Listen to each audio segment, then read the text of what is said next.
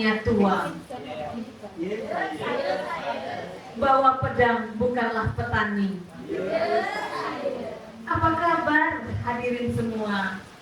Selamat datang di acara kami. Bismillahirrahmanirrahim. Assalamualaikum warahmatullahi wabarakatuh.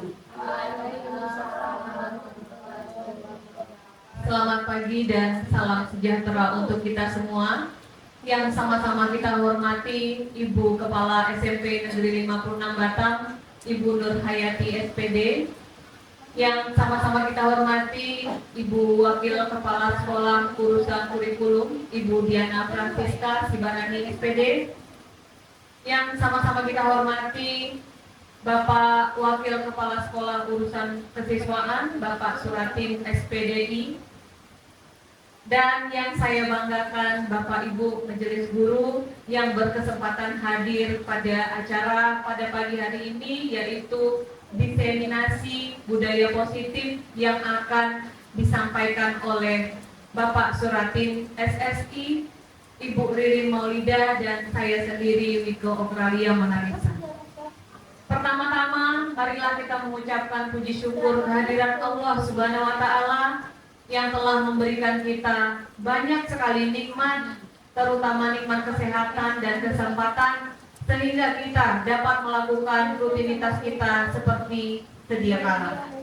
Selanjutnya, salawat beriringkan salam tak lupa pula kita kirimkan kepada junjungan alam, yakni Nabi besar Muhammad SAW, yang telah membawa kita dari alam kebodohan kepada alam yang sangat penuh dengan teknologi seperti yang kita rasakan pada saat ini. Bapak Ibu yang saya hormati, sebelum kita memulai acara kita pada pagi hari ini, marilah bersama-sama kita mengucapkan basmalah agar acara kita pada pagi hari ini berjalan dengan lancar. Bismillahirrahmanirrahim. Untuk mengawali acara pada pagi hari ini, marilah kita sama-sama membacakan doa yang akan dipimpin oleh Bapak Suratin SSI. Kepadanya dipersilahkan. Terima kasih Wiki. Assalamualaikum warahmatullahi wabarakatuh. Salam sejahtera Bapak Ibu semua. Sebelum acara kita mulai, alangkah baiknya kita berdoa dulu agar acara kita ini lebih hikmat. Baiklah, untuk yang muslim saya pimpin dengan secara Islam, dan yang non muslim silakan menyampaikan. A'udzubillahi minasyaitonirrajim. Bismillahirrahmanirrahim. Ya Allah ya Rahman ya Rahim, terima kasih ya Allah atas segala nikmat yang telah Kau berikan kepada kami, baik nikmat iman, nikmat Islam maupun nikmat kesehatan, sehingga kami bisa berdiri di sini untuk melaksanakan diseminasi budaya positif. Ya Allah, mudahkanlah kepada kami untuk menyampaikan materi-materi ini kepada teman-teman kami, dan mudahkanlah kepada kami semua agar bisa menyerap ilmu yang diberikan oleh para narasumber, sehingga bisa bermanfaat untuk kami dan juga untuk anak didik kami, sehingga bisa memajukan negeri ini, memajukan SMP 56 Batam, sehingga seluruhnya siswa guru yang berpihak kepada murid sesuai dengan filosofi Raja Dewantara. Amin ya rabbal alamin. Raditu billahi rabba wa bil islami dina wa bil Muhammadin nabiyya wa rasulah. Rabbi zidni ilma warzuqni fahma. Rabbana zalamna anfusana wa illam taghfir lana wa tarhamna lanakunanna minal khasirin. Rabbana atina fid dunya hasanah wa fil akhirati hasanah wa qina azabannar. Walhamdulillahi rabbil alamin. Assalamualaikum warahmatullahi wabarakatuh.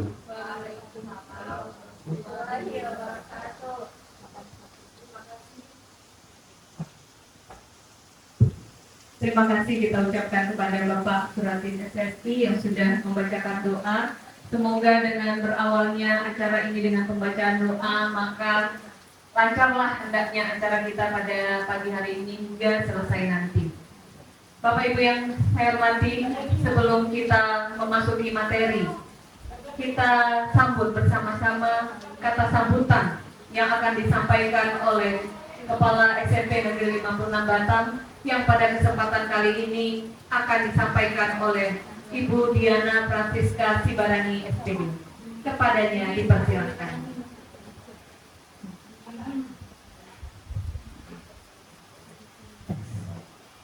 Baiklah, terima kasih atas kesempatannya.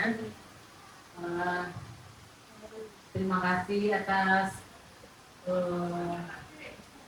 kita di sini, waktu di sini untuk mengikuti diseminasi budaya positif yang akan dilaksanakan oleh CGP Angkatan 9 Kota Batam, SMP Negeri 56 Batam, yaitu oleh Pak Suratin, Ibu Wike Okralia, dan Ibu Ririn Maulida.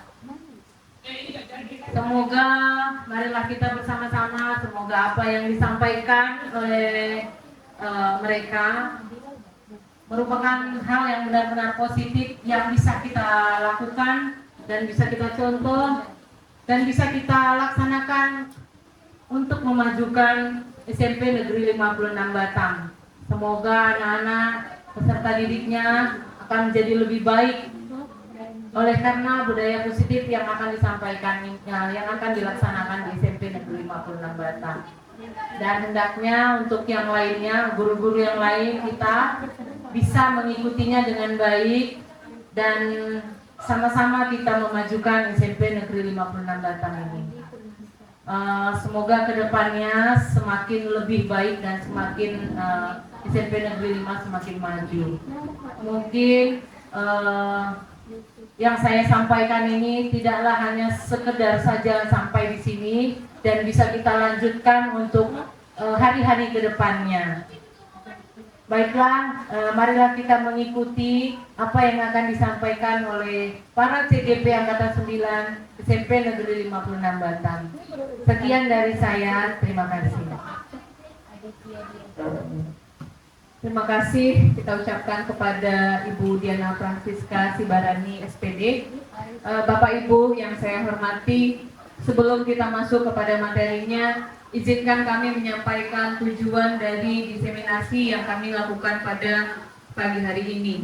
Bapak Ibu yang kami hormati, kami tidak sedang menggurui Bapak Ibu semuanya, karena kami yakin bahwa Bapak Ibu di sini semuanya adalah guru-guru yang hebat. Tapi kami mempunyai tugas dan kewajiban untuk menyampaikan diseminasi ini dan menggerakkan komunitas praktisi untuk menerapkan atau mengimplementasikan budaya positif yang ada di sekolah ini.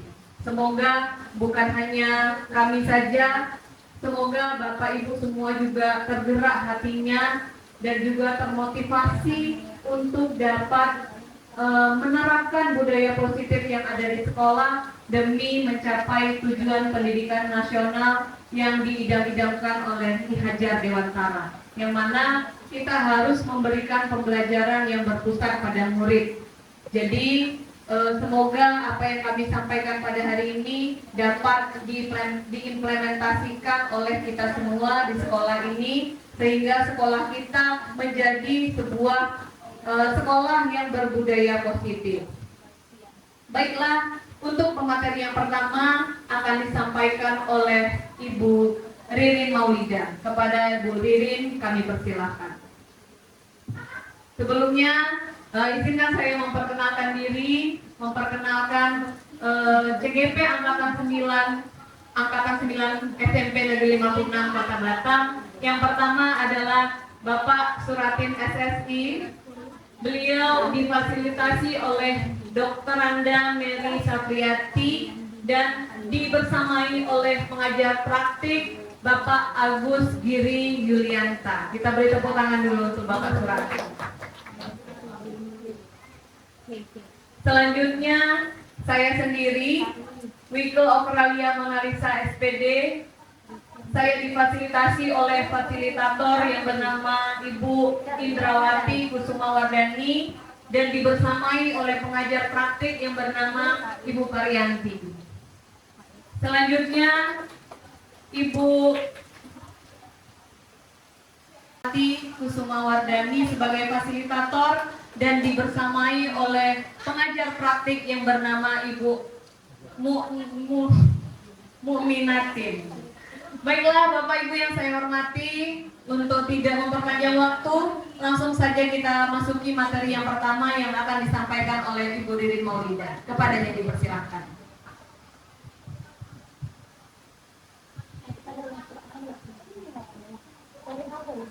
Assalamualaikum warahmatullahi wabarakatuh. Selamat pagi.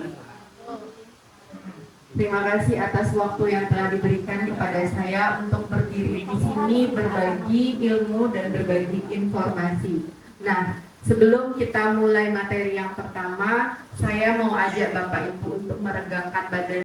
Ya, mari Bapak Ibu kita tonton bersama-sama video yang akan ditampilkan dan kita ikuti gerakannya bersama-sama.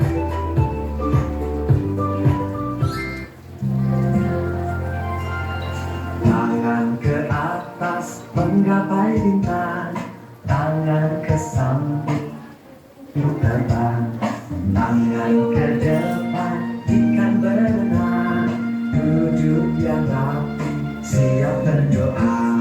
Aku takutan taman diputar, gulung-gulung taman digulung, ular melibat di pagar bundar, kanan kiri atas bawah dia berdoa. Satu jari kanan, satu jari kiri, bergabung menjadi dua jembatan. Dua jari kanan, dua jari kiri, bergabung menjadi empat, buat kamera. Tiga jari kanan, tiga jari kiri, bergabung menjadi enam, buat menara. Empat jari kanan, empat jari kiri, bergabung menjadi delapan, buat telinga. Lima jari kanan, lima jari kiri, bergabung menjadi 10, siap berdoa. Tangan ke atas menggapai bintang, tangan ke samping burung yang terbang, tangan ke depan ikan berenang, duduk yang rapi siap berdoa. Aku takutan taman diputar, gulung-gulung taman digulung, ular melibat di pagar bundar, kanan kiri atas bawah dia berdoa. Satu jari kanan, satu jari kiri, bergabung menjadi dua jembatan. Dua jari kanan, dua jari kiri, bergabung menjadi empat, dua kamera. Tiga jari kanan, tiga jari kiri, bergabung menjadi enam, dua menara. Empat jari kanan, empat jari kiri, bergabung menjadi delapan, buat telinga. Lima jari kanan, lima jari kiri, bergabung menjadi 10, siap berdoa.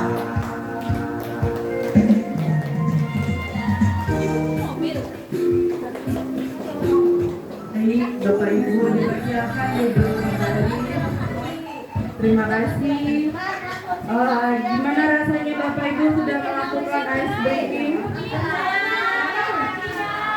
Iya, biar kita Bu, seperti yang tadi di awal sudah disampaikan oleh Ibu Wike Australia, bahwa kami berdiri di sini bukan menggurui, bukan mengajari.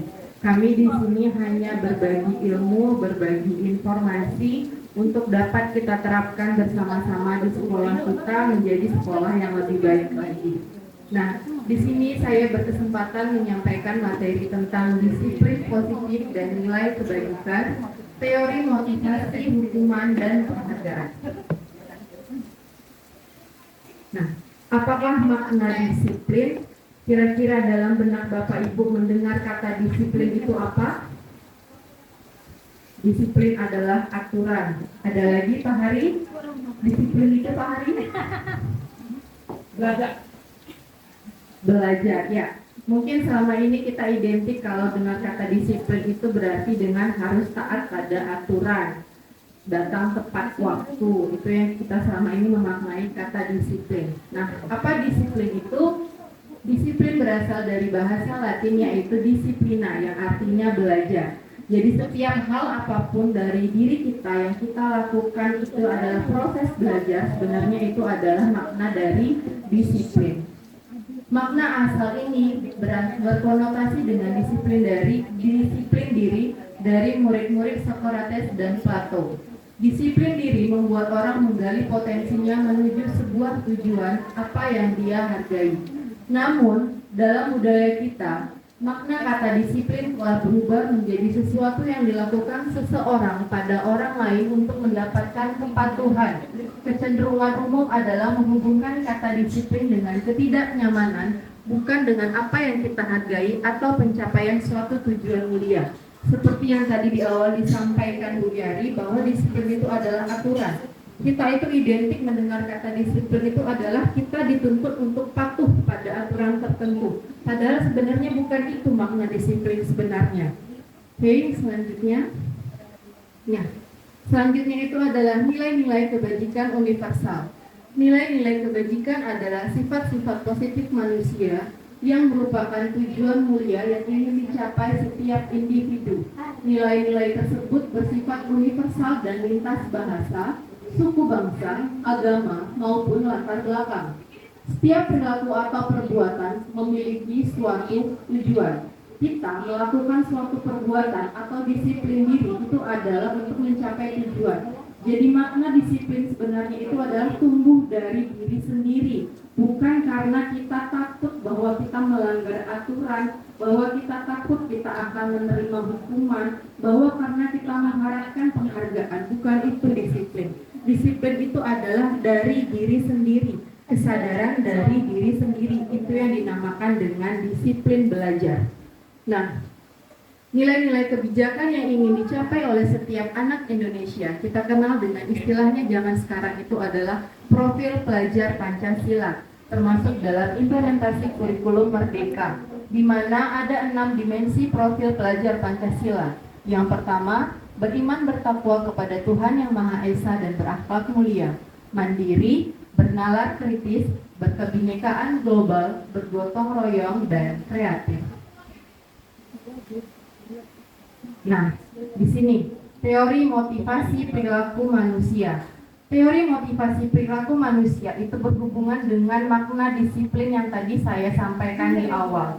Kita selama ini melakukan sesuatu atau berbuat sesuatu secara tidak sadar, ada motivasi yang tumbuh dari diri kita. Yang pertama, itu adalah untuk menghindari hukuman atau untuk menghindari ketidaknyamanan.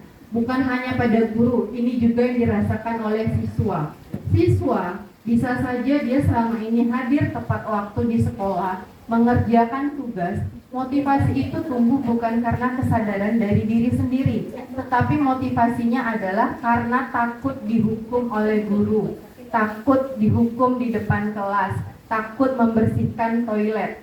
Yang kedua adalah untuk mendapatkan imbalan dari orang lain atau institusi. Nah, ini sama halnya dengan yang pertama. Selama ini kita melakukan sesuatu itu belum dari kesadaran dari internal kita, tetapi dari pihak eksternal. Yaitu apa? Kita berharap bahwa misalnya kita melakukan sesuatu itu, kita berharap ada apresiasinya, ada penghargaannya. Sama halnya dengan siswa. Dia berharap jika dia mendapatkan nilai 100, dia mendapatkan apresiasi mungkin dengan mendapatkan peringkat 1, mendapatkan hadiah dari orang tuanya. Tidak salah, itu secara naluriah kita manusia terkadang kita berharap seperti itu. Tetapi itu masih berarti kita melakukan sesuatu untuk mencapai suatu tujuan hanya berdasarkan dari faktor eksternal, belum tumbuh dari kesadaran diri kita sendiri.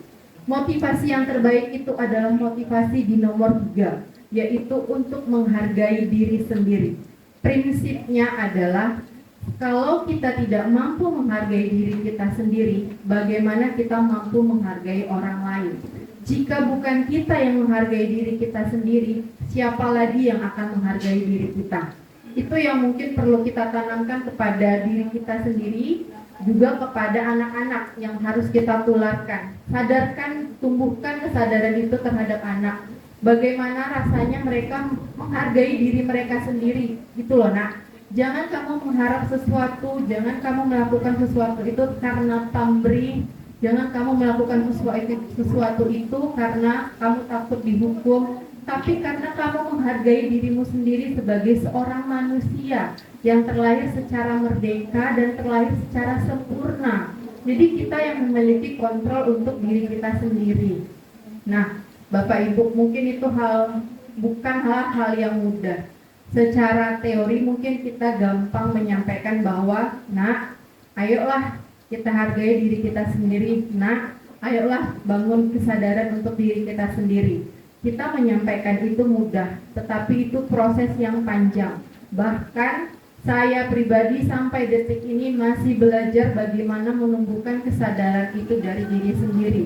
Belajar untuk melakukan sesuatu itu tanpa harus dilihat, oh ini nanti ada hadiahnya, oh ini nanti ada apresiasinya, oh nanti kalau saya nggak melakukan ini nilai SKP saya cukup. Enggak, itu jadi saya juga belajar bagaimana rasanya menumbuhkan rasa kesadaran bahwa saya melakukan tanggung jawab itu karena diri saya itu harus dihargai, diri saya itu bernilai. Kalau saya tidak menilai diri saya, kalau saya tidak menghargai diri saya, orang lain tidak akan menghargai saya. Jadi awalnya pertama itu yang harus saya tumbuhkan sampai detik ini itu adalah di diri saya sendiri. Setelah itu mungkin saya baru bisa mengimbaskan kepada siswa. Karena tidak mungkin kita memberikan contoh A, tetapi kita melakukan B. Siswa itu prinsipnya adalah meniru. Mereka meniru apa yang mereka lihat, apa yang mereka dengar. Kita sebagai guru, sosok di sekolah itu adalah sosok figur yang mereka tiru. Oh, bapak itu begini, oh ibu ini begini. Jadi marilah mungkin kita sama-sama, ayo kita menjadi sosok figur yang diidamkan oleh siswa kita. Oh, saya pengen tampil rapi, pengen tampil cantik seperti Bu Yeti. Itu kita mungkin tidak menyadari bahwa ternyata ada siswa yang termotivasi pada saat melihat kita. Oh, saya pengen rajin, saya pengen disiplin seperti Bu Yari yang selalu datang setiap pagi. Jadi kita sebagai seorang guru di sini memang tugasnya sangat berat, bukan hanya sekedar di depan berdiri di kelas menyampaikan materi.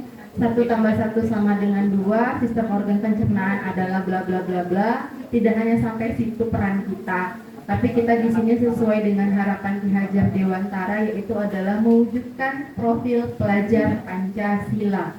Itu bukanlah hal yang mudah dan bukan semudah membalikkan telapak tangan yang hari ini kita proses, besok anaknya disulap langsung jadi. Apalagi ini anak 56. Kita tahu sendiri latar belakang siswa kita seperti apa, background keluarganya, background sosialnya itu beraneka ragam. Dan pasti kita butuh proses. Bahkan saya sendiri pun kadang lepas kontrol. Baik, selanjutnya. Nah, ini teori motivasi dihukum oleh penghargaan.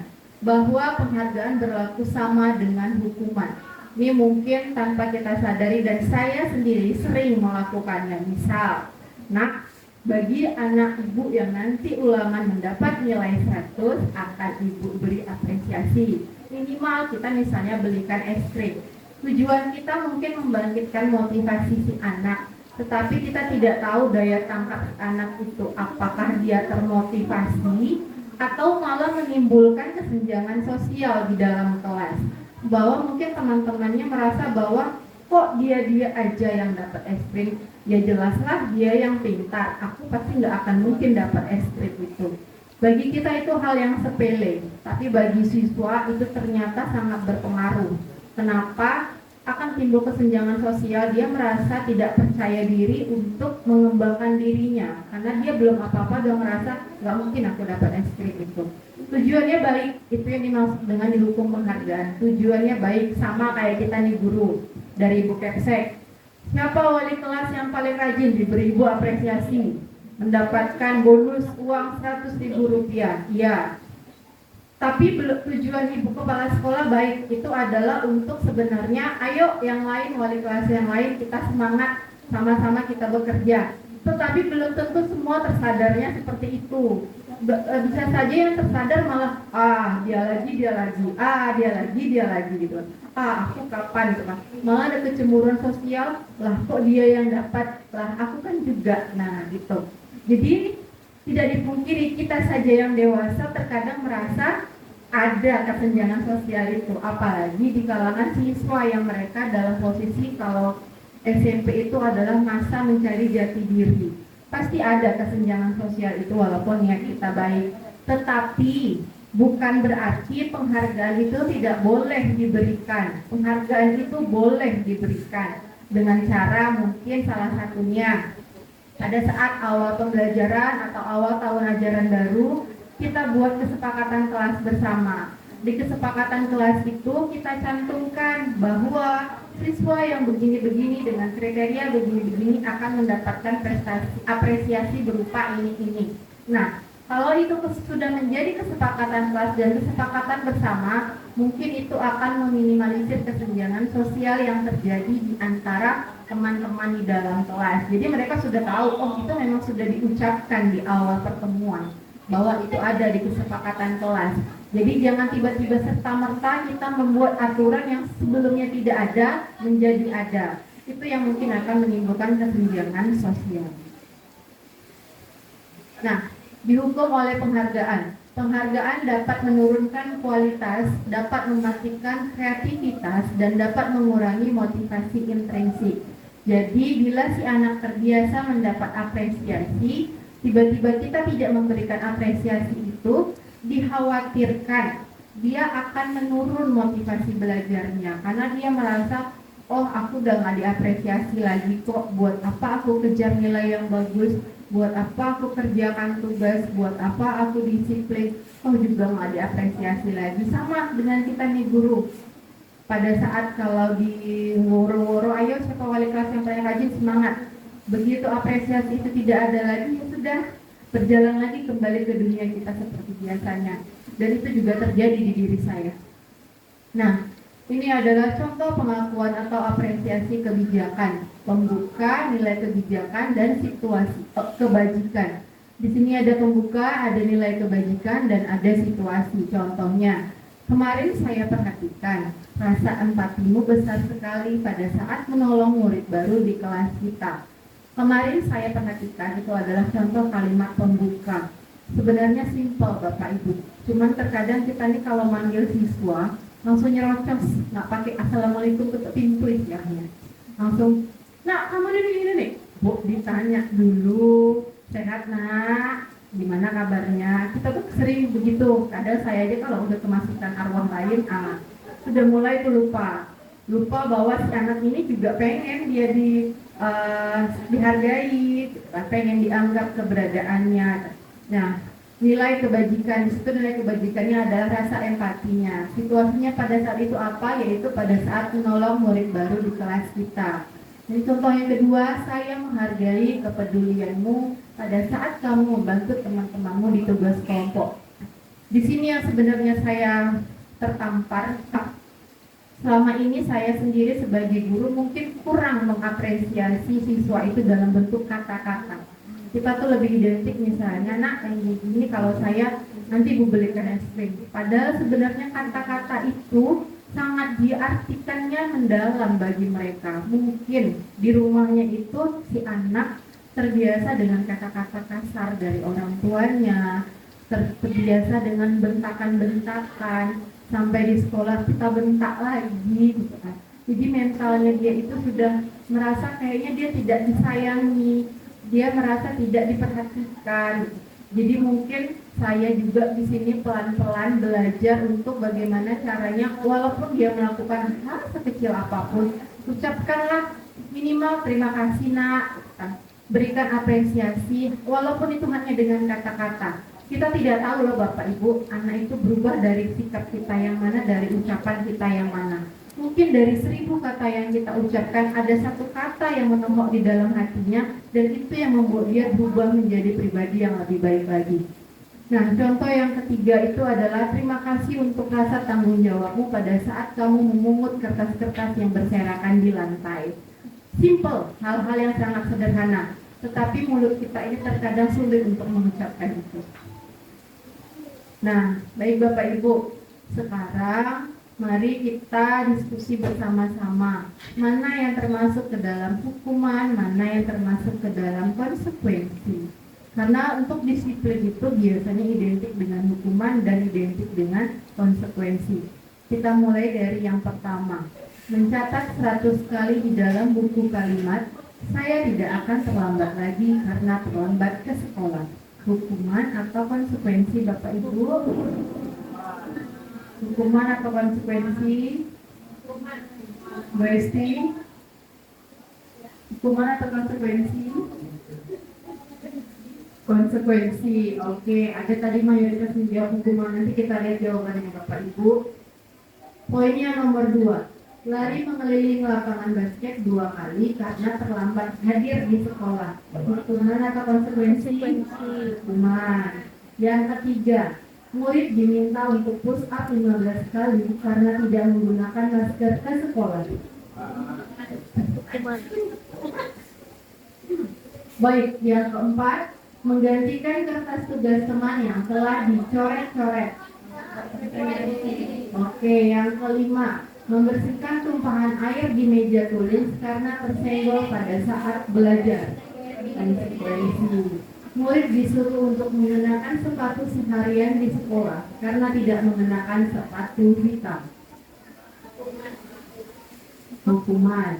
Selanjutnya yang terakhir, lari mengelilingi lapangan basket 2 kali karena terlambat 10 menit untuk pelajaran PJOK.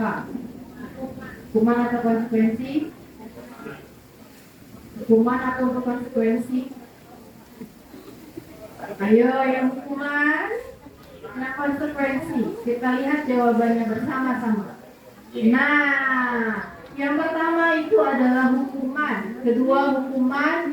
Ketiga hukuman, yang keempat konsekuensi, hukuman, dan yang terakhir konsekuensi. Ayo, pertanyaan saya, apa beda poin nomor 2 dengan poin nomor terakhir? Sama-sama lari mengelilingi lapangan, tapi yang pertama hukuman, yang kedua konsekuensi. Ya, Bu Fitri, silakan Bu Fitri. Kalau yang terakhir itu konsekuensi karena selama lari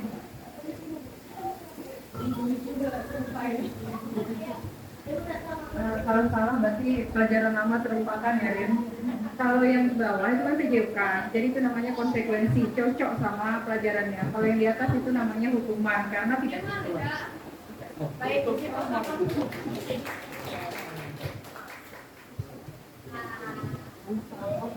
Ada lagi Bapak Ibu yang ingin memberikan pendapat? Ya, Bu Kamsia.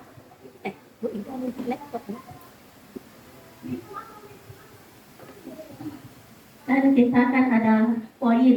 Nah, itu kan ada pengurangan poin. Nah, pengurangan poin itu apakah sama dengan penghargaan terhadap murid yang sudah melanggar tata tertib peraturan sekolah?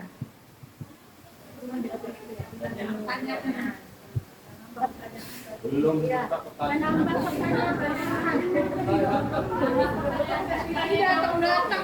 Baik, ada lagi Bapak Ibu yang ingin memberi tanggapan? Kalau tidak ada, tadi sudah seperti yang disampaikan oleh Bu Fitri, nomor 2 itu hukuman karena dia tidak sesuai. Sebenarnya hukuman dan konsekuensi itu sebenarnya sebab akibat. Sebab akibat, sebab contoh konsekuensi. Sebab dia menumpahkan air, akibatnya dia harus membersihkan tumpahan air meja itu. Jadi kalau seandainya anak terlambat, itu kan berarti dia sebenarnya merugikan waktu atau dia korupsi waktu. Apa hubungannya? Dia disuruh lari dengan tindakan yang dia lakukan. Beda halnya dengan pelajaran pada saat PJOK. Itu tidak hanya dia saja yang lari, teman-temannya juga berlari. Jadi itu tidak ada merasa bahwa dia terintimidasi. Hukuman itu merasa bahwa siswa itu merasa tersakiti dan atau intimidasi. Itu bedanya hukuman atau konsekuensi. Nah, untuk pertanyaan dari Bu Kamsia terkait CP yang ada di sekolah kita, pengurangan nilai CP, sebenarnya itu termasuk hukuman. CP itu sebenarnya termasuk hukuman. Hukuman itu sebenarnya bukan tidak boleh dilakukan, boleh, tapi mungkin tingkatnya itu seperti apa. Dan kalau ada nilai kurang, contoh kita ini sering terlambat anak, kita suruh bersihkan toilet, itu sebenarnya termasuk hukuman. Karena tidak ada sebenarnya nilai pelajaran dari dia telat dengan membersihkan toilet, itu hukuman. Jadi mungkin lebih kalau ke konsekuensi, kita buat aturan, jika kamu terlambat, kamu mendapatkan ini. Nah, itu baru mungkin disebut dengan konsekuensi. Jadi kalau tadi kata Bu Kamsia, pengurangan nilai, pengurangan nilai CP, apakah itu bentuk penghargaan? Itu bukan bentuk penghargaan sebenarnya. Karena itu adalah CP itu sebenarnya bagian dari proses yang namanya hukuman.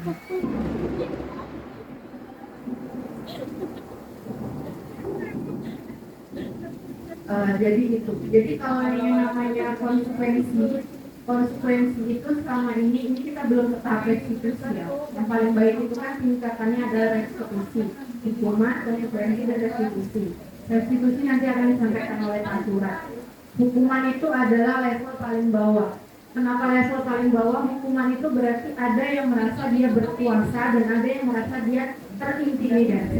Itu disebut dengan hukuman. Iya, tadi Kalau konsekuensi itu hampir sama dengan hukuman, berbedanya adalah konsekuensi itu dibuat atas kesepakatan bersama. Jadi bisa kita menerapkan CP itu, tapi dengan catatan kita ajak siswa itu berdiskusi. Nah, nih kalian misalnya kita buat aturan CP, panggil siswanya.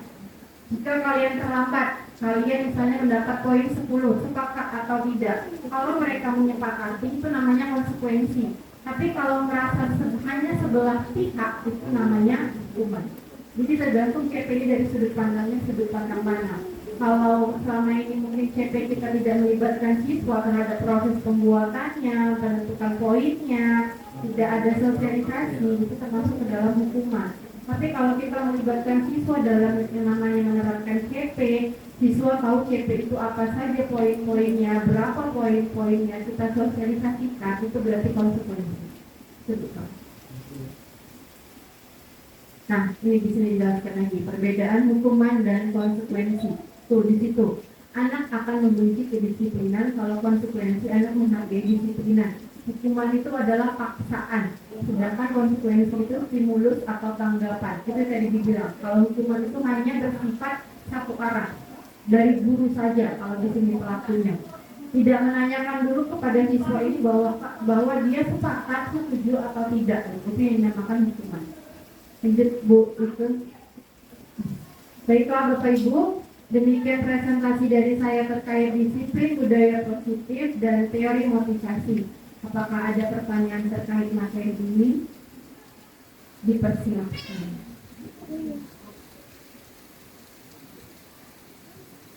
Baik, kalau tidak ada, kita akan lanjut ke materi berikutnya. Saya kembalikan kepada MC, kepada Ibu Wike, dipersilakan. Terima kasih kita ucapkan kepada Ibu Wiring atas materi yang disampaikan. Itu kayu Pak tumbang itu meningkat. Terima kasih kita ucapkan kepada Bu Ririn yang sudah memberikan teori tentang motivasi dan hukuman. Ya, saya teringat perkataan Bu Fitri 1 tahun yang lalu ya Bu Fit ya, bahwa ternyata menjadi guru itu dosanya banyak. Setelah menjalani CGP ini saya baru menyadari ternyata dosa saya selama ini banyak Bapak Ibu. Bahwa menjadi guru itu ternyata tidak mudah dan kita harus terus belajar untuk memotivasi diri kita. Ternyata motivasi yang terbaik itu adalah motivasi dari diri sendiri. Jadi bukan karena siapa yang kita hadapi, bukan berarti kita ini mengajar, mendidik, serta menjadi teladan ini bukan karena seperti apa murid yang kita hadapi, atau seperti apa wali murid yang kita temui, atau siapa kepala sekolahnya, bukan. Ternyata motivasi dari dalam itu adalah jauh lebih baik. Baik Bapak Ibu, saya akan melanjutkan materi selanjutnya, yaitu keyakinan kelas dan kebutuhan dasar manusia. Tapi sebelum itu sepertinya kita ice breaking dulu lah ya, 5 menit supaya kembali segar ya.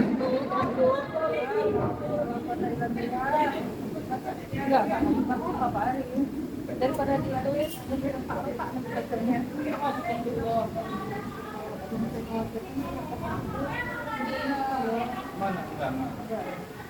Tapi biasanya karena orang yang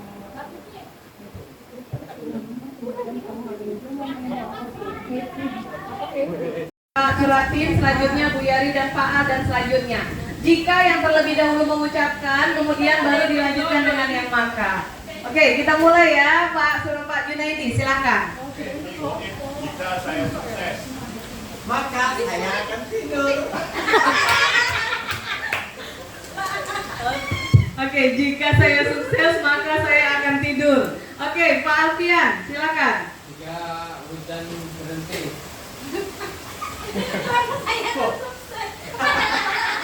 Jika hujan berhenti maka saya akan sukses. Oke, selanjutnya Bu Hesti. Jika saya tua, Saya kan? ya. Maka habislah semua. Ya, jika saya tua maka habislah semuanya. Maka sepertinya Bu Hesti dan Bu Benita lumayan cocok ya, berjodoh ya. Oke, kita lanjut Pak Hari. ada musiknya nggak? Jika teringat tentang Ika, Oke, silakan Mem. Maka pembelajaran berjalan lancar. Ya. Berarti Pak Hari harus mengingat Mem terus baru pembelajaran berjalan lancar ya. Oke. Silakan Bu Fitri. Jika ya? Ya. Kenapa tadi ya? Jika. Oh, salah.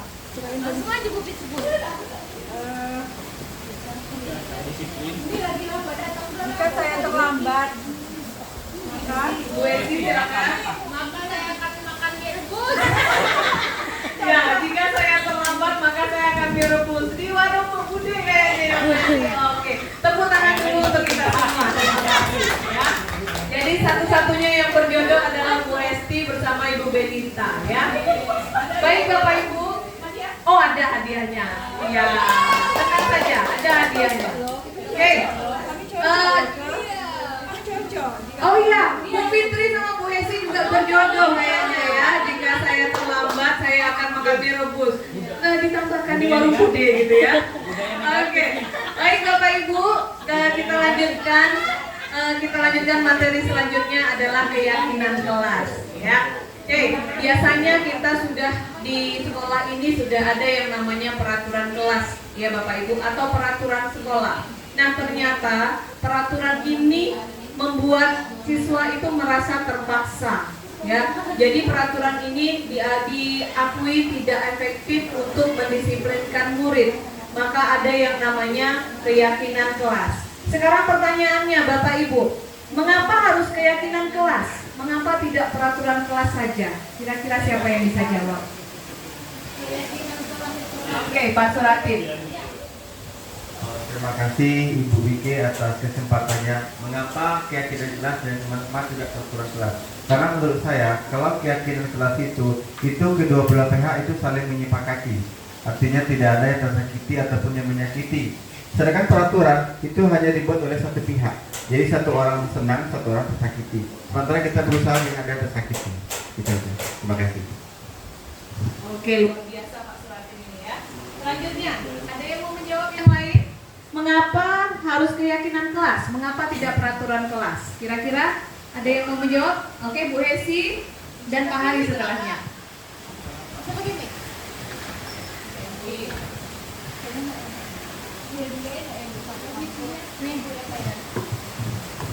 Terima kasih kepada Miss Wike. Jadi kalau keyakinan kelas itu berasal dari siswa. Tapi selama ini kan selama saya sekolah dulu dari SD sampai lulus kuliah itu peraturan itu berasal dari sekolah itu, bukan dari siswa. Kalau misalnya siswa yang buat, mereka tahu aturannya apa dan itu menjadi keyakinan mereka supaya tidak dilanggar. Terima kasih. Mengapa harus keyakinan kelas? Karena menurut saya kalau keyakinan kelas itu bersifat dua arah, berarti ada masukan dari siswa juga. Kalau peraturan kelas itu bersifat searah, berarti hanya dari guru. Mungkin itu aja.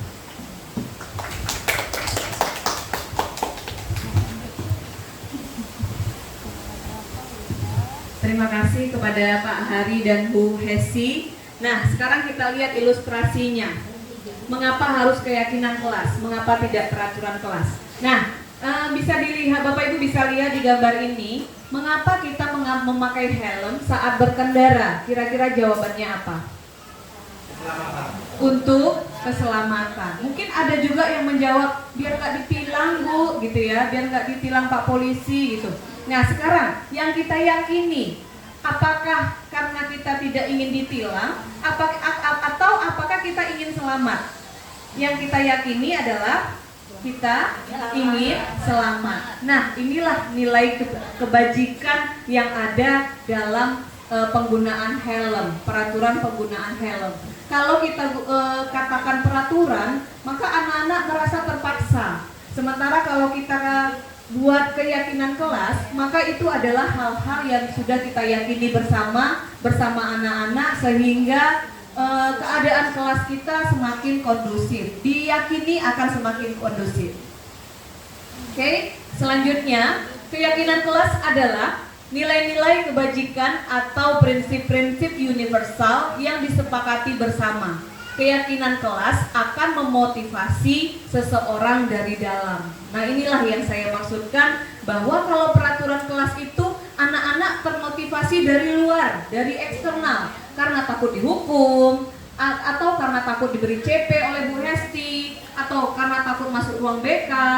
Namun kalau keyakinan kelas, karena di sana ada nilai kebajikan yang kita tanamkan, maka anak-anak kita menumbuhkan rasa motivasi dari dalam diri anak-anak, sehingga mereka melakukannya dengan senang hati, mereka melakukannya dengan kesadaran sendiri, bahkan tanpa harus kita ingatkan, mereka sudah memiliki motivasinya sendiri. Oke, selanjutnya. Nah, saya mau kasih pertanyaan untuk Bapak Ibu. Kita lihat di sini ada beberapa pernyataan. Yang pertama adalah kira-kira ini keyakinan kelas atau bukan? Ya, yang pertama, selalu kembalikan buku ke tempatnya.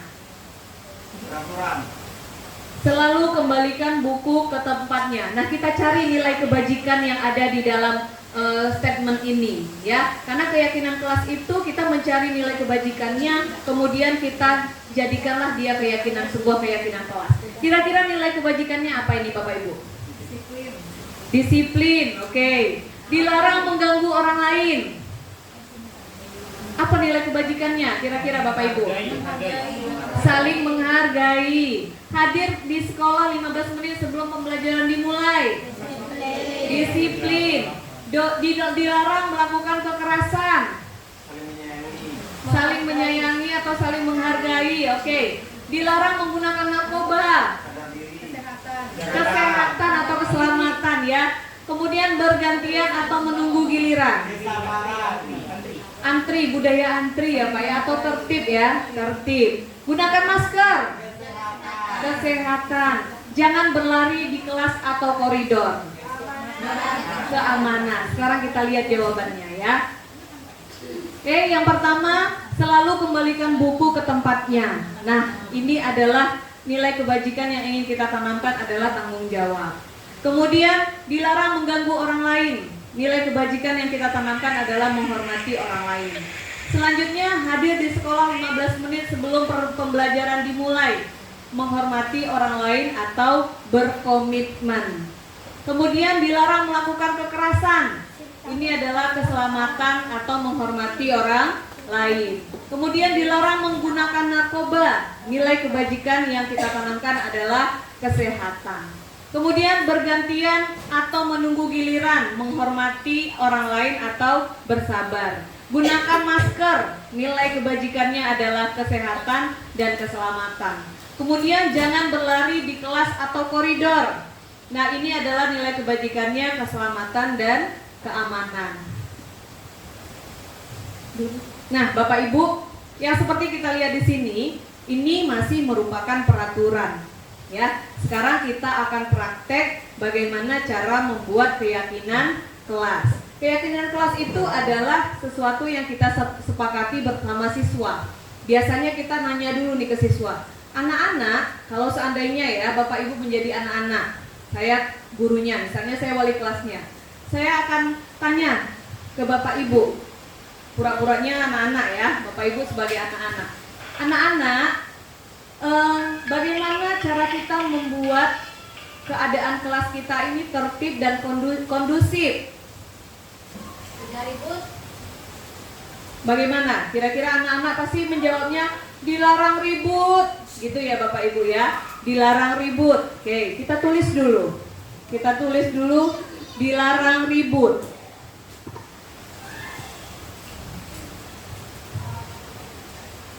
Nah, biasanya anak-anak pasti mengatakan dilarang ribut atau tidak boleh mengganggu teman, gitu ya. Apalagi kira-kira Bapak Ibu yang biasa diucapkan anak-anak? Tidak boleh keluar masuk kelas. Tidak boleh keluar masuk kelas.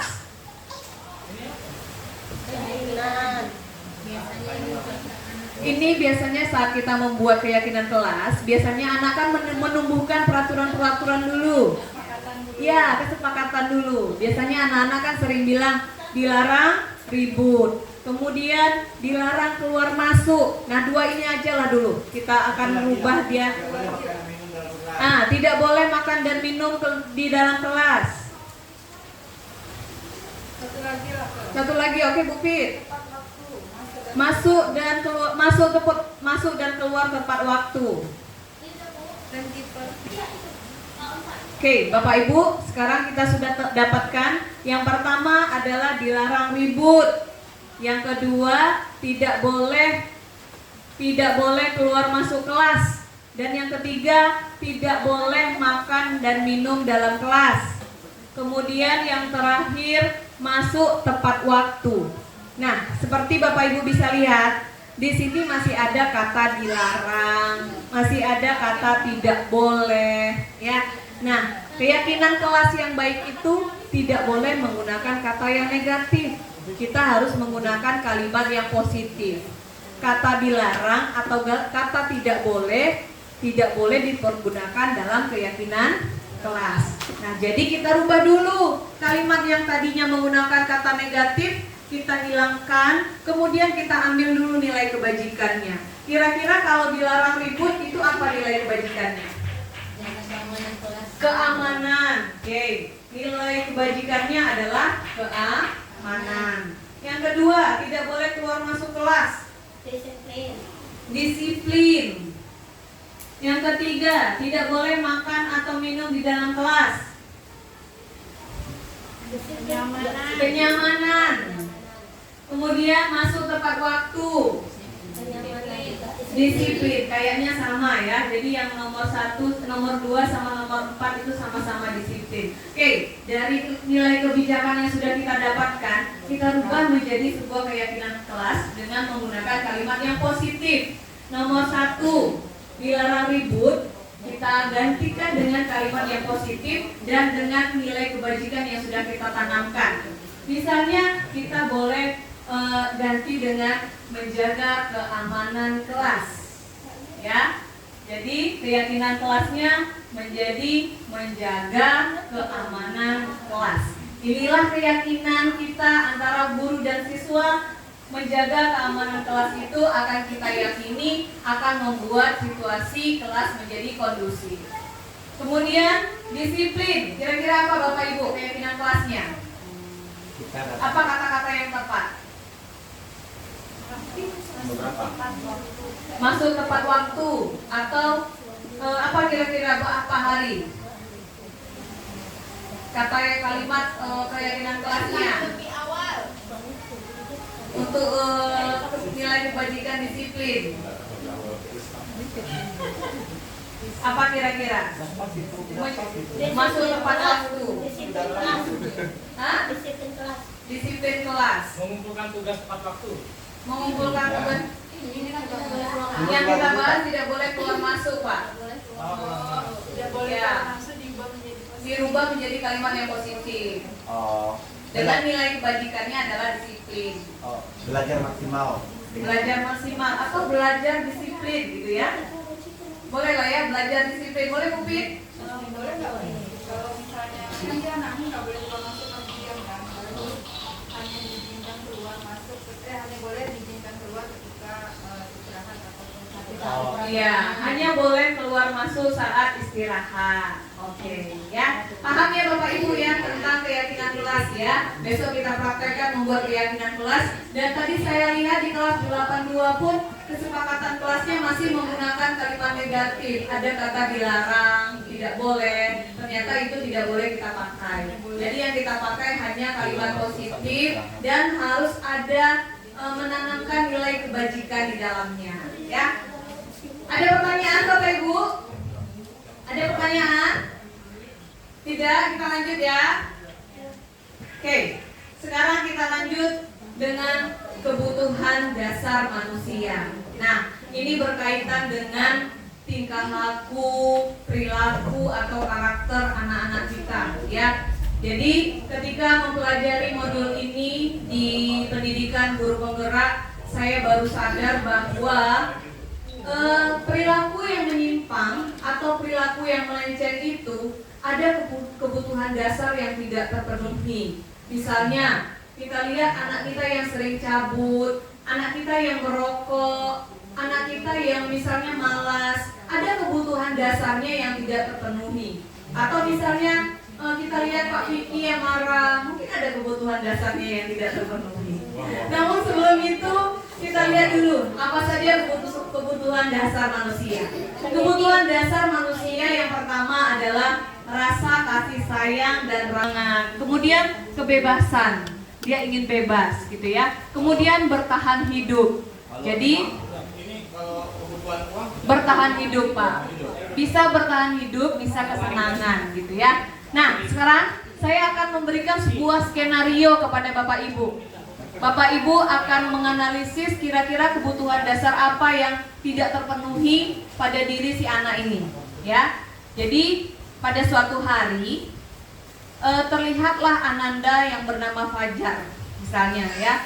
Ananda Fajar ini sudah semingguan bermalas-malasan saat pelajaran Bu Hesi, ya. Kemudian beberapa kali Ananda Fajar ini sering tidur saat pelajaran Bu Hesi. Kemudian Bu Hesi bertanya, Fajar, Ibu lihat beberapa hari ini kamu malas-malasan, kamu sering tidur pelajaran Ibu. Kemudian Fajar menjawab, saya bosan Bu belajar yang begini-begini terus.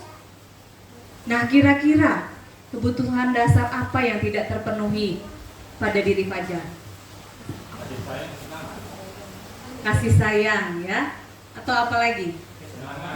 Kesenangan, apalagi kebebasan Bapak Ibu. Jadi anak-anak ini dia ingin menentukan gaya belajar dia seperti apa. Mungkin dia bosan melihat kita yang ceramah terus, mencatat satu semester gitu ya. Jadi itu kita harus tahu menganalisis kebutuhan dasar anak-anak kita satu persatu.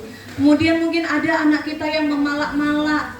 Nah ini kasusnya banyak ini ya. Pemalakan, kira-kira kebutuhan dasar apa yang tidak terpenuhi dalam bertahan hidup ya. Kemudian misalnya ada anak kita nih, ada yang kita lihat begitu ya.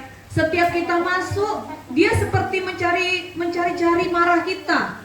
Ada aja tingkah laku yang dia lakukan. Misalnya dia keluar masuk, bajunya keluar, dia berteriak-teriak gitu ya. Kira-kira apa kebutuhan dasarnya yang tidak terpenuhi? Ya, kasih sayang, perhatian ya. Jadi Bapak Ibu, mungkin untuk kedepannya melihat tingkah anak kita yang melenceng, menurut psikologinya ada kebutuhan dasarnya yang tidak terpenuhi. Jadi kita tidak bisa ujuk-ujuk, kamu dimulai. Nggak bisa ya Bapak Ibu ya. Jadi kita tanya baik-baik dulu. Nanti akan dibahas lebih lanjut oleh Pak Suratin nanti ya, bagaimana pemecahan masalah yang baik. Jadi mulai dari sekarang mungkin kita lebih melakukan pendekatan lagi, kita lihat satu persatu anak-anak kita yang bermasalah, anak-anak kita yang perilakunya melenceng, atau teman-teman kita, rekan sejawat kita, teman guru yang perilakunya mungkin melenceng, ada kebutuhan dasarnya yang tidak terpenuhi. Atau kita lihat Bu Benita yang melamun-melamun sedih, mungkin ada kebutuhan dasarnya yang tidak terpenuhi, maka kita dekati. Ya, maka kita dekati, jadi menjadi guru ini kita harus memenuhi kebutuhan dasar murid kita, ya Bapak Ibu ya. Oke, mungkin sekian dari saya. Jika ada pertanyaan, saya persilahkan. Ada pertanyaan Bapak Ibu? Nanti untuk Pak Surah Bu juga, jadi kalau kita diberikan singgung nggak hanya murid kan yang punya kebutuhan dasar, ini juga kita perlu ditanya kebutuhan dasar. Ya, betul itu ya. Jadi kita harus peka ya Bapak Ibu ya. Kita harus peka, nggak boleh peka ya. Jadi kita bisa lihat teman kita, rekan sejawat kita ini kan semuanya saudara. Jadi kalau ada teman-teman kita yang mungkin agak-agak melenceng, agak-agak menyimpang, mari kita dekati. Kita cari tahu kebutuhan dasar apa yang tidak terpenuhi ya. Kalau misalnya kebutuhan bertahan hidup, bolehlah kita TTA, topa-topa gitu ya. Membayar kreditan mungkin ya.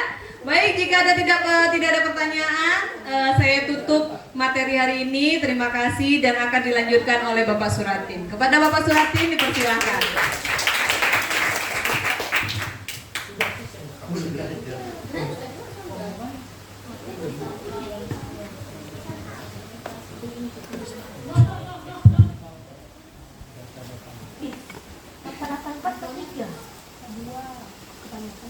Oke, terima kasih Ibu Vicky dan juga Ibu Ririn atas pemaparan materi yang sangat luar biasa.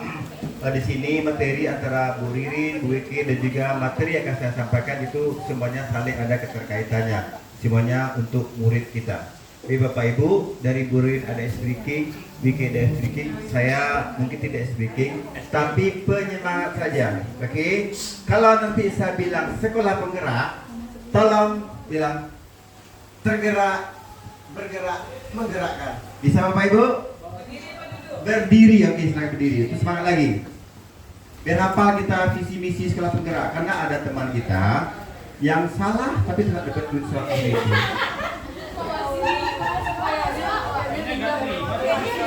Oke, siap Bapak Ibu? Biar lebih semangat lagi. Sekolah penggerak, tergerak, bergerak, menggerak. Luar biasa sekali. Terima kasih Bapak Ibu. Oke, sekali lagi siapa yang paling semangat akan dapat hadiah. Hadiah Bapak Ibu, hadiah itu seperti kata Ibu Riri tadi, tidak hanya berupa materi, kata-kata juga merupakan suatu reward. Oke, siap. Oke, sekali lagi, sekolah penggerak, bergerak, bergerak, bergerak. Terima kasih Bapak Ibu, biasa ternyata paling semangat itu saya sendiri gitu ya. Jadi hadiahnya tuh saya sendiri aja ya. Oke, baik Bapak Ibu, kita kembali lagi. Di sini akan saya membahas tentang posisi kontrol guru dan juga segitiga restitusi. Di sini mungkin saya tidak banyak memaparkan materi. Kita bisa melihat tampilan video ini. Oke, mohon diperhatikan videonya dengan baik, Ibu Hesi dan Ibu Kamsia yang terhormat. Silakan. Fulme, cek.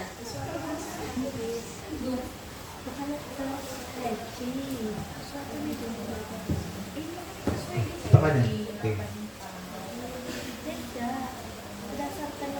Coba bacakan ya. 5 posisi kontrol dan restitusi.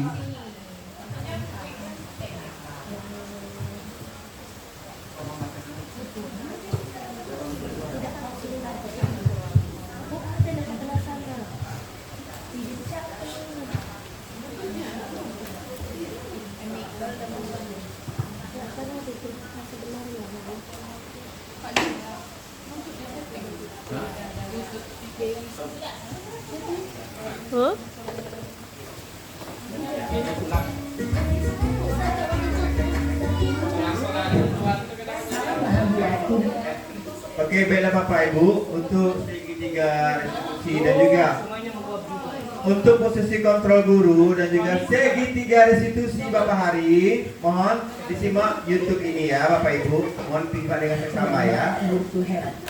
Dalam menyerap disiplin restitusi, salah satu program yang dikembangkan adalah 5 posisi kontrol.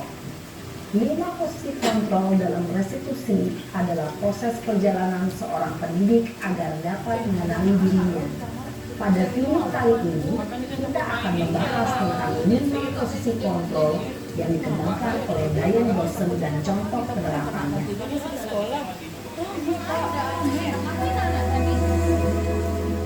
Oke Bapak Ibu, Bu Hesti, oke, Hesti ya, sama-sama kita simak ya. Bagaimana penjelasan dari apa saja 5 posisi kontrol pada guru dan kira-kira Bapak Ibu itu di posisi yang mana gitu dan seringnya pakai yang mana. Mari sama-sama kita resapi video ini. Selamat menyaksikan.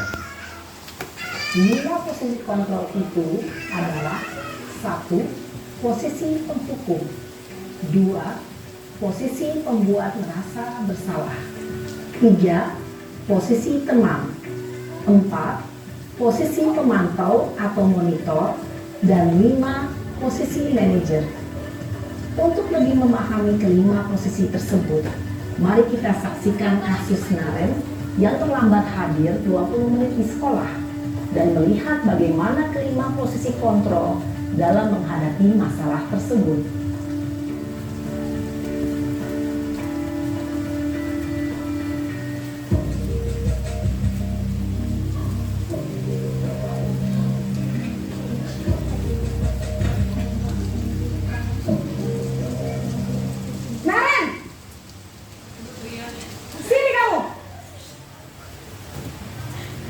Selamat pagi Bu.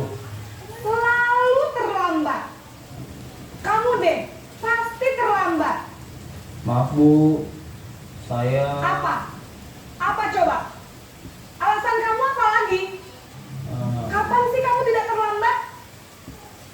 Malas sekali ya kamu jadi anak. saya Dasar pemalas. Gak kapok-kapok sih kamu. Sudah berapa kali terlambat? Sana, kamu keliling lapangan basket 2 kali. kenapa saya harus keliling lapangan basket Bu? Kenapa? Kamu melawan ibu. Berani-beraninya jawab. Sudah terlambat, masih berani jawab pula. Sekarang, keliling lapangan basket 5 kali sekalian. Biar kapok. Cepat. Pergi sana ke lapangan basket. Posisi penghukum biasanya berbicara dengan nada tinggi, menghardik, menunjuk-nunjuk, menyakiti, dan menyindir. Hukuman bisa berupa fisik maupun psikis. Ibu dan bapak guru hebat. Dampak yang terjadi pada murid ketika guru berada pada posisi penghukum adalah murid cenderung akan memberontak, bahkan menyimpan dendam.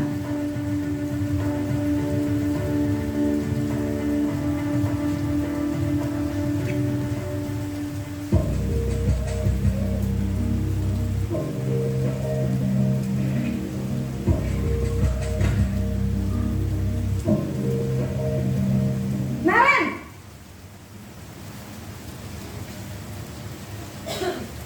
Selamat pagi Bu. Naren. Kamu kenapa terlambat lagi, nak? Ya Tuhan, Naren. Kamu senang ya bikin ibu susah ya? Kalau kamu terlambat lagi, nanti ibu yang ditegur bapak kepala sekolah, nak. Disangka ibu tidak bisa membina kamu. Duh, gimana ini? Maaf Bu. Duh, Gusti Naren. Kamu suka ya kalau ibu ditegur bapak kepala sekolah? Terus, sekarang ibu harus tulis apa ini di buku absen? Ini kamu sudah sering terlambat loh. Ibu harus apa coba? Maaf Bu. Maaf sekali. Ya sudah, lain kali jangan bikin ibu susah lagi ya nak ya. Ibu tidak akan kuat lagi kalau kamu begini terus. Bisa jantungan kalau ibu ditegur bapak kepala sekolah. Sana cepat ke kelas. Maaf ya Bu. Maaf sekali. Posisi pembuat rasa bersalah berbicara dengan nada tenang, cenderung lembut.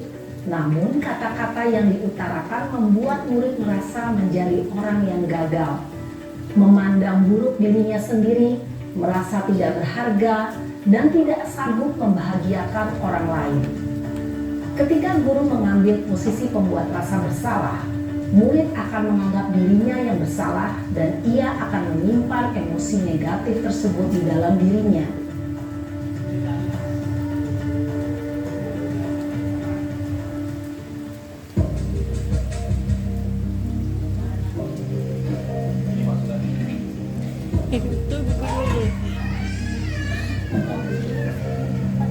Naren!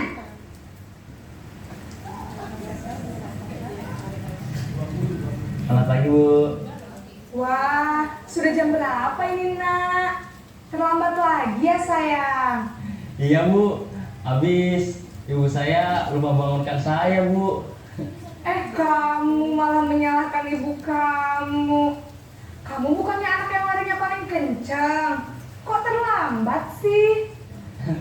Iya, Bu. Saya memang terlambat bangun tadi. Jadi, biarpun saya lari kencang, tetap gak kekejar, Bu. Ya sudah sana. Nanti lain kali larinya lebih kencang lagi ya. Biar gak terlambat lagi. Bikin seneng ibu. Demi ibu. Bisa kan? Bisa lah, Bu. Ya sudah sana masuk kelas. Ibu beresin urusan absen kamu. Kamu ini ada-ada saja. Dalam posisi teman, guru berbicara dengan nada suara ramah, akrab, cenderung bersenda gurau untuk menjaga suasana tetap santai. Murid akan merasa senang, aman, dan akrab dengan guru. Identitas yang tercipta adalah identitas sukses atau berhasil. Namun, perlu diingat, karena ini masih dorongan eksternal, maka ada faktor ketergantungan dari murid kepada orang tertentu. Di sini guru absennya, sehingga di lain waktu murid bisa berperilaku baik, namun hanya kepada orang-orang tertentu saja.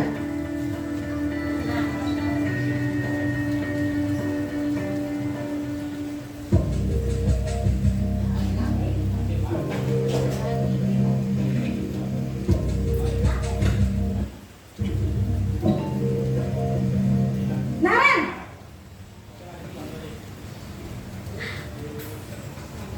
Selamat pagi, Bu. Naren, apa peraturan sekolah kita tentang jam berapa kita harus masuk sekolah, Nak? Kita harus di sekolah jam 7, Bu. Iya, betul. Sekarang sudah jam 7.20. Naren sudah tahu konsekuensinya jika terlambat hadir. Paham, Bu. Saya harus tinggal kelas pas jam menit. Ya, konsep demikian. Jam 9.30. Harus kerjakan. Kan tertib. Tinggal ya. Baik, Bu. Posisi teman Anda harus pengen anggota untuk mengontrol murid, guru, murid, aturan dan konsekuensi. Sang penantau menemukan bahasa dan ekspresi yang dan formal.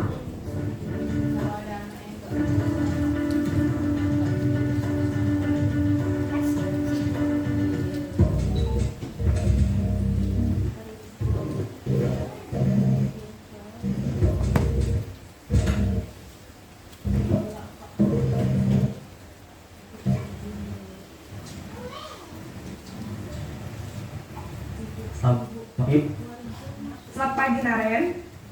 Maaf, saya terlambat. Ya, sekolah masuknya jam 7, sekarang sudah jam 7.20. Jadi sekarang bagaimana ini, Naren? Maaf, Bu. Saya lupa setel alarm saya semalam. Baiklah, menurut kamu, keyakinan sekolah yang mana yang perlu kamu tingkatkan? Menghargai diri sendiri dan orang lain mungkin, ya, Bu. Setuju. Jadi, apakah Naren meyakini prinsip saling menghormati tersebut? Iya, Bu. Saya meyakininya. Apakah Naren bersedia memperbaiki masalah keterlambatan ini? Bersedia, Bu. Bagaimana kamu akan perbaiki masalah keterlambatan ini?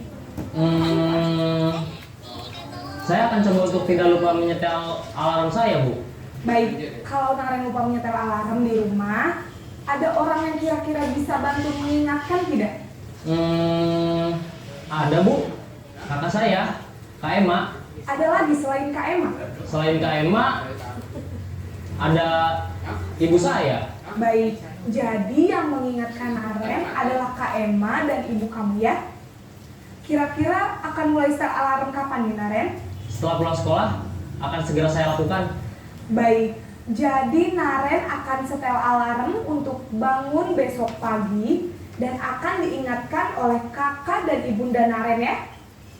Ada lagi yang mungkin perlu dilakukan Naren agar tidak terlambat bangun lagi? Tidak ada, Bu. Baik Naren, terima kasih untuk kerjasama kamu. Sekarang kamu perlu kembali ke kelas untuk belajar. Baik, Bu. Terima kasih. Posit yaitu murid yang mandiri, bertanggung jawab, dan dapat memecahkan masalah. Tujuan dari posisi ini adalah agar murid dapat berefleksi atas tindakannya. Guru akan dengan tulus memberikan pertanyaan-pertanyaan bermakna, sehingga membuat murid dapat belajar dari kesalahannya dan mencari sebuah solusi untuk menyelesaikannya. Ibu.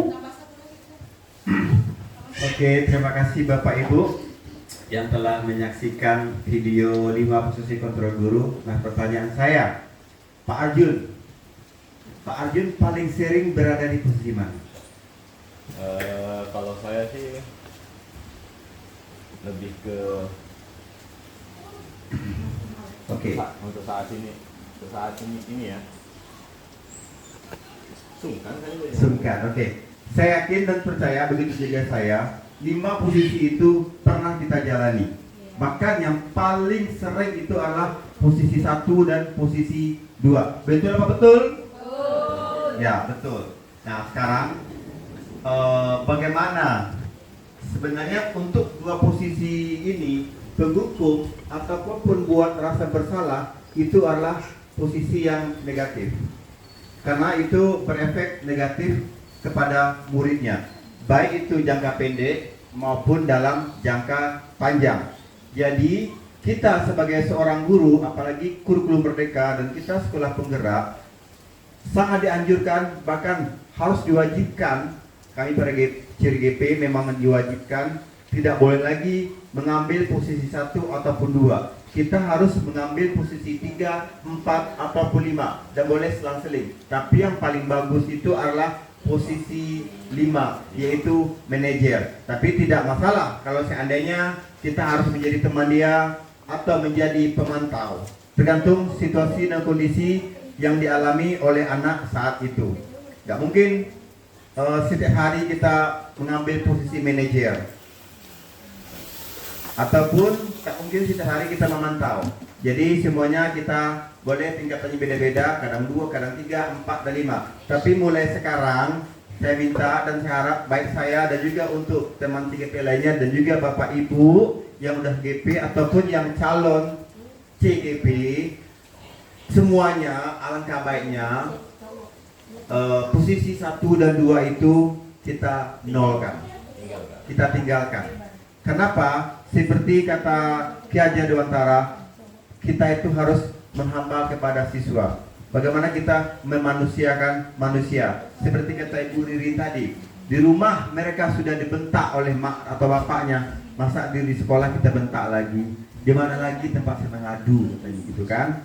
Jadi mungkin dengan kata-kata kasih sayang. Karena penghukum dan pembuat rasa bersalah ini itu lama. Mungkin Bapak Ibu pernah menjadi siswa dulu atau yang ada yang langsung jadi guru di sini. Ya ada ya, Bu. Dede Yari langsung jadi guru. Sekolah dulu ya. Pasti punya pengalaman dengan gurunya gitu ya. Teringat sampai sekarang? Ingat. Jadi kalau ada kabar meninggal, bapak itu atau ibu itu meninggal, mampus. Jangan sampai kita digituin oleh anak murid kita nanti. Misalnya dapat kabar, susah saya sampai sini ya, kata-kata doa ya, bapak sana kata gitu kan, dan meninggal. Inilah yang benar. Padahal bapak itu tuh baik, sedikit sekali. Kata-kata itu harus kita boleh kita sama-sama bacakan Fatihah, gitu kan? Dan pemudana, katanya. Oke, jadi karena seperti sering dibilang ibu kepala sekolah kita, walaupun anak kita seperti ini, kita nggak tahu tangan siapa nanti yang akan menarik kita ke surga. Ya, kita nggak tahu gitu kan. Jadi semua murid itu harus kita jangan ngejudge mereka adalah siswa yang nakal, siswa yang bodoh. Semua itu butuh proses. Kita juga nggak langsung seperti ini juga sekarang, dan kita sekarang ini belum tentu juga baik. Kita juga berproses gitu ya, proses dari SD, SMP, SMA, bahkan kuliah. Bahkan itu yang suka terlambat, yang mulai disiplin pun butuh proses gitu ya. Yang suka pulang hilang cepat dan sekarang bertahan lama, itu pun butuh proses gitu ya. Semua butuh proses. Oke Bapak Ibu, untuk 5 posisi kontrol ini: 1. Penghukum, 2. Pembuat rasa bersalah, 3. Teman, 4. Pemantau, 5. Manajer. Ada pertanyaan? Ada pertanyaan? Ada pertanyaan? Kurang greget. Oh ya, sekolah bergerak. Bergerak. Oke, masih semangat rupanya. Baiklah, tidak ada pertanyaan. Alhamdulillah. Kita lanjut kepada materi kedua adalah segitiga restitusi. Sama-sama kita saksikan video berikut ini. Selamat menyaksikan.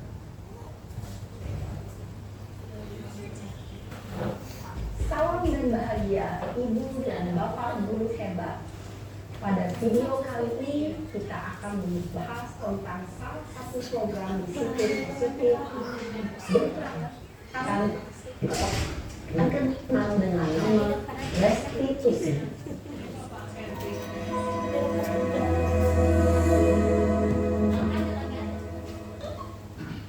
Restitusi dikembangkan oleh Pak Pendidikan Daegon berlandaskan pada teori ini. Setiap restitusi ada suatu proses dialog dengan guru atau orang tua agar dapat menggerakkan murid yang mandiri dan bertanggung jawab. Pada saat guru di posisi manajer, aspek yang dikembangkan pada murid adalah motivasi intrinsik, sehingga penanaman nilai-nilai kebajikan dan suatu kebiasaan yang akhirnya betul terbentuk. Proses dialog ini terdiri dari 3 langkah yang digambarkan pada ketiga sisi pada segitiga restitusi. Sisi pertama adalah menstabilkan identitas. Sisi kedua adalah validasi tindakan yang salah. Dan sisi yang ketiga menanyakan keyakinan.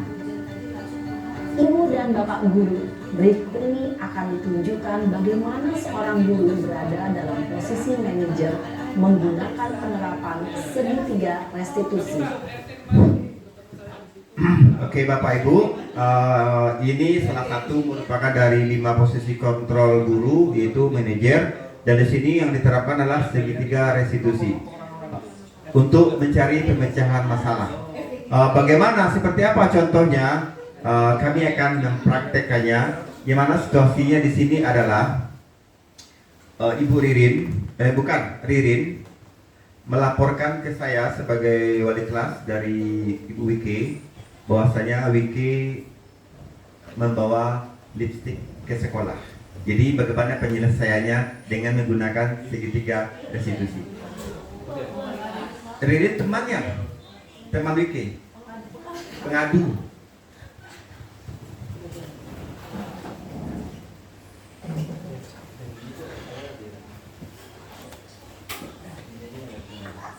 Assalamualaikum Bapak. Waalaikumsalam. Ya, Ririn ada apa? Bapak, saya mau lapor.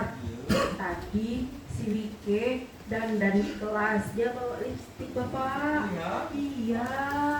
Dipakai hari itu Pak. Boleh pakai Wiki? Boleh Pak. Terima kasih ya Pak ya. Kasih Bapak.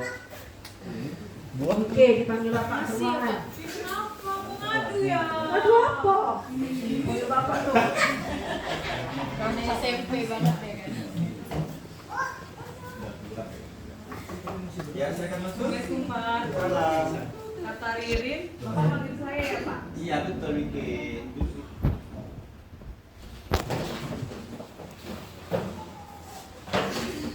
Selamat siang Wiki.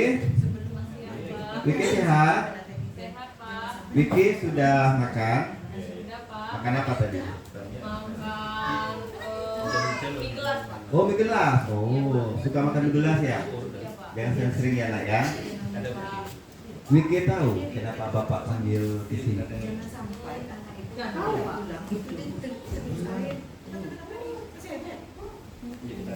Gini Wiki, katanya Wiki ke sekolah bawa listrik, itu betul apa salah? Kenapa Wiki bawa listrik di sekolah? Oh gitu, biar cantik ya? Gebetan saya suka gitu Pak. Oh gitu, Wiki pada cantik. Wiki tahu kan peraturan di sekolah kita seperti apa? Tahu Pak. Apa itu? Tidak boleh dandan berlebihan dan tidak boleh membawa makeup Pak. Nah, tapi Wiki masih melakukan. Kenapa? Karena biar cantik gitu Pak. Apa perasaan Wiki kalau Wiki bawa lipstik? Kayak lebih cantik gitu Pak. Ya Wiki, Bapak juga dulu pernah sebagai siswa, Bapak juga pengen keren, Bapak juga suka bawa kalung, bawa gelang, bawa topi gitu ya, biar di luar dia maco, bawa motor, tapi itu salah gitu ya. Tapi Bapak tidak menyalahkan Wiki, kenapa? Karena semua orang pasti punya rasa salah ya, Bapak juga pernah salah, karena Wiki juga melakukan kesalahan, jadi Wiki juga merasa bersalah gitu ya. Nah, sekarang Wiki telah melanggar kesepakatan sekolah kita. Apakah Wiki mau memperbaikinya? Mau Pak. Bagaimana cara Wiki memperbaikinya? Mulai besok saya tidak akan pakai lipstik lagi dan tidak membawa lipstik ke sekolah Pak. Oke, besok yang dibawa apa aja? Yang dibawa buku, pensil, dan peralatan sekolah aja Pak. Iya bagus, Bapak yakin Wiki adalah anak yang baik, yang patuh. Jadi besok-besok jangan dibawa lagi anak ya. Baik, Nah, Pak. kalau Wiki bawa lagi gimana? Saya bersedia menerima konsekuensinya Pak. Oke, sesuai kesepakatan telah kita lakukan gitu ya. Oke Wiki, nah sekarang bagaimana perasaan Wiki sekarang? Senang Pak karena Bapak tidak marah-marah dan Bapak juga memperlakukan saya dengan baik. Oke, baik Wiki. Bapak percaya Wiki bisa dipercaya. Besok jangan bawa lipstik lagi nah ya. Sekarang Wiki masuk ke kelas lagi ya. Maaf ya Pak. Oke. Bawa doa dulu ya Bu. Bikin Bapak senang ya. Oke Bapak Ibu, itu adalah segelintir contoh dari segitiga restitusi. Jadi di sini kita jangan ngejudge anak dulu. Kita buka dialog dulu dengan mereka. Kita sapa dulu mereka dengan ramah, bikin mereka nyaman dulu dengan kita, sudah merasa akrab. Setelah itu, setelah mereka mengakui kesalahan mereka, bukan kita yang nanya, mereka sendiri yang mengakui kesalahan mereka. Bukan siapa? Apa tadi? Mereka mengakui kesalahan mereka. Nah, di situ kita jangan membuat mereka merasa bersalah. Itu namanya validasi identitas. Jadi kita juga bilang bahwasanya kita stabilkan dulu, jangan dia merasa bersalah. Kita juga bilang bahwasanya saya juga pernah bersalah dulunya. Bapak juga pernah melakukan itu, ibu juga pernah seperti itu, tapi ibu tetap maju gitu kan, agar dia tidak merasa bersalah. Di mereka udah nyaman dengan keadaannya, baru kita masuk lagi menanyakan validasi tindakan. Nah, kira-kira tindakan yang dilakukannya itu benar apa salah? Kita tanyakan ke dia langsung. Bu Iti, kita tanyakan ke siapa? Ke siswanya langsung gitu ya. Tindakannya salah apa benar? Jadi mereka akan menjawab, tindakan saya itu salah. Setelah itu, setelah dia mengakui kesalahannya sendiri, baru kita masuk menanyakan keyakinan. Keyakinan kelas atau keyakinan sekolah apa yang telah dilanggar oleh siswa tersebut. Nah, mereka akan tahu, oh bahwasanya dia telah melanggar ini itu. Dan konsekuensinya bagaimana. Dan setelah itu, kita minta lagi kepada mereka solusinya bagaimana agar mereka tidak lagi melakukan kesalahan yang sama. Ya, kita minta mereka apa solusinya. Jadi mereka sendiri yang mencari solusi. Saya tidak akan bawa lipstick lagi ke sekolah, kata Wiki gitu kan. Bagaimana saya tidak panggil, saya tidak akan lagi membawa lipstick ke sekolah katanya. Atau bisa juga terlambat, saya akan bangun pagi lebih cepat, saya akan pasang alarm, atau kerjakan tugas saya akan selalu tengok pelajaran apa hari ini untuk besok apakah ada atau tidak gitu. Itulah caranya segitiga restitusi. Oke Bapak Ibu, ada pertanyaan? Gak ada ya, udah mulai lemas ya. Oke, kita juga mau sayur lagi, kita juga udah makin semangat juga. Nanti, baiklah, saya Pak Surat dan juga Ririn dan juga Wike berterima kasih kepada Bapak Ibu yang telah bersedia kerjasama dengan kami.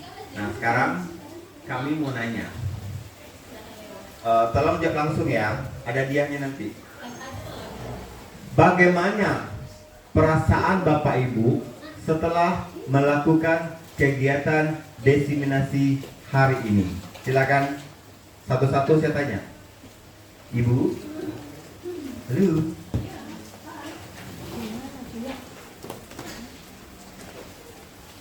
Terima kasih. Perasaan saya sangat diperkaya informasinya dan juga diingatkan bagaimana seharusnya saya itu sebagai seorang guru. Dan mungkin mulai hari ini pun karena saya sudah menerima banyak sekali hal yang positif dari narasumber hari ini, saya juga bisa belajar banyak untuk menjadi guru yang lebih baik ke depannya. Terima kasih. Oke, terima kasih Bu Berita. Rasanya sangat senang bahwasanya dia dapat ilmu baru gitu ya. Ini ada sedikit hadiah gitu. Punyaku. Oke, kedua, informasi baru apa yang Bapak Ibu peroleh setelah mengikuti diseminasi ini? Saya mau Ibu yang paling cantik lah. Ibu kan si Ikhwati. Assalamualaikum warahmatullahi wabarakatuh. Informasi baru apa yang Bapak Ibu perlu peroleh setelah mengikuti diseminasi hari ini? Yang saya peroleh adalah tadi segitiga restitusi. Ya, karena mungkin saya akan memulai suatu keyakinan baru bahwa tidak boleh menghukumkan atau mendidik anak. Jadi saya menanyakan dahulu apa yang salah dan apa yang benar, dan saya baru bisa menyelesaikan masalah si anak tersebut. Terima kasih. Luar biasa sekali Bu Kamsia. Oke, terakhir langsung dua pertanyaan. Saya serahkan penghormatannya kepada Bapak Junaidi. Boleh, stop. Oke, terima kasih Pak Junaidi atas jawabannya.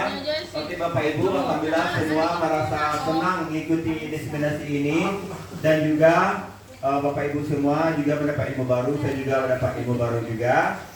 Harapan kami, harapan kita semua, dan juga harapan bangsa Indonesia, harapan PAJ Dewantara, bagaimana kita benar-benar menjadi seorang pendidik yang menghamba kepada siswa, dan juga kita belajar mengajar itu berpusat kepada murid, ya. Dan kita mengajar murid sesuai dengan kebutuhannya dan sesuai dengan minat dan bakatnya. Oke Bapak Ibu, itu saja dari kami bertiga. Apabila ada salah kata, mohon dimaafkan. Ya benar itu datang dari Allah Subhanahu wa taala. Yang salah itu adalah karena kebodohan kami sendiri. Kami mohon kepada Allah, kami mohon ampun, dan kepada Bapak Ibu sekalian dan kepada Ibu Diana kami minta maaf ya. Kita tutup doa ini dengan mengucapkan Alhamdulillahirabbil alamin. Dan kita tutup dengan doa kifarah majelis. Bagi yang hafal silakan. Subhanallah wa bihamdihi, subhanaka Allahumma wa bihamdika, asyhadu an la ilaha illa anta, astaghfiruka wa atubu ilaik. Assalamualaikum warahmatullahi wabarakatuh.